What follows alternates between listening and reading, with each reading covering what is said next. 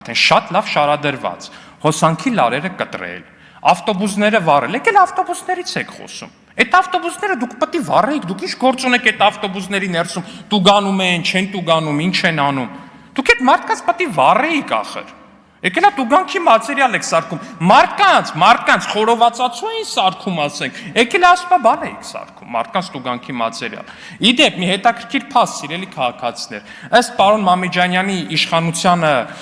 ընդդիմությանը չպատկանող եւ իմ ձեռամբ գրված պլանի հակաճգնաժամային գլխի երրորդ ենթակետի շրջանակներում որտեղ գրված է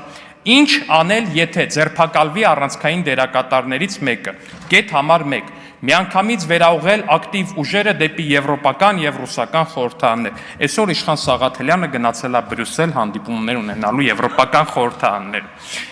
ձեզ չպատկանող պլանի